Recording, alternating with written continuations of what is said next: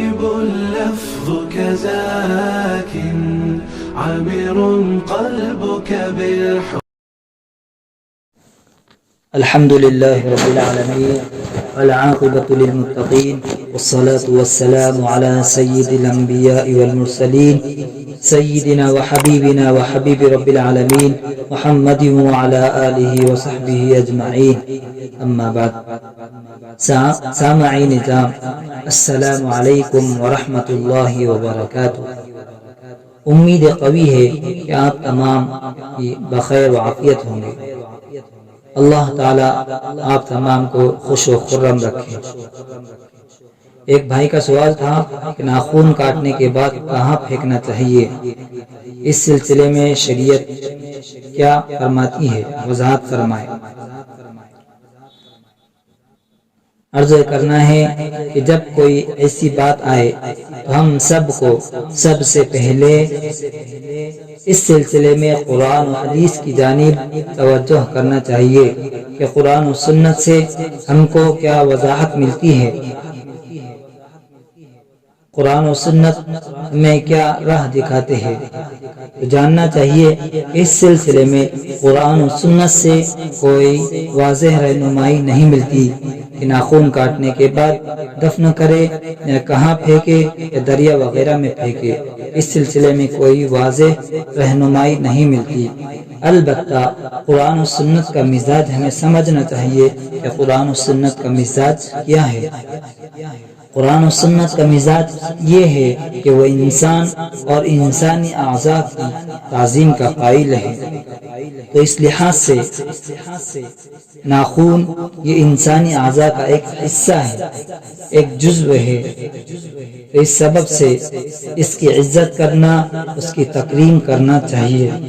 اس لیے ہمیں ناخن کاٹنے کے بعد ان کو واش روم یا لیٹرین میں نہیں پھینکنا چاہیے، بلکہ یا اسی طرح گھر کے صحن میں بھی نہیں پھینکنا چاہیے، کیونکہ یہ نفاست اور نظافت کے بھی خلاف ہے اور انسانی تعظیم اور اس کے فطرت کے بھی خلاف ہے۔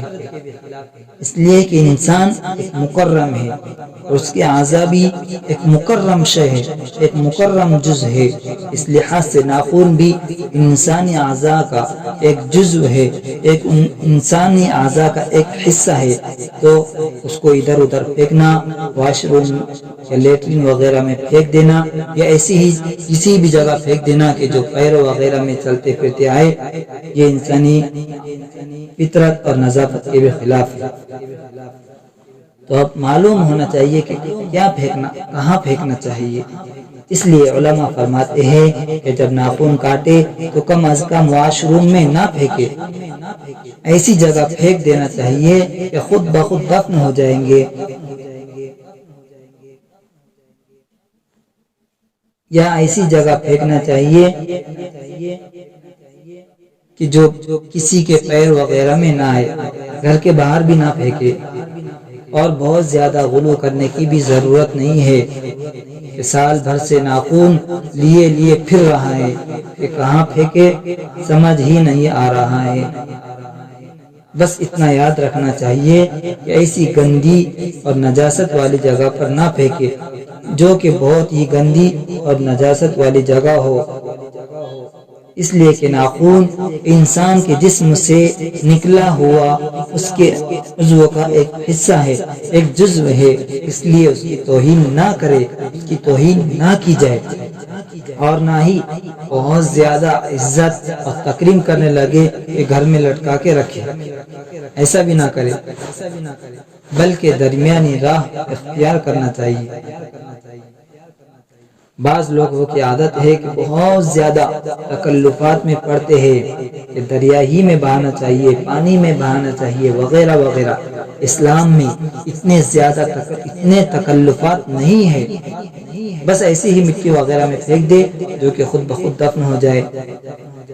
اس سلسلے میں یہ شریعت کی روشنی میں بتایا گیا ہے۔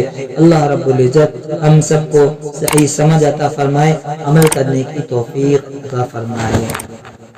والسلام علیکم۔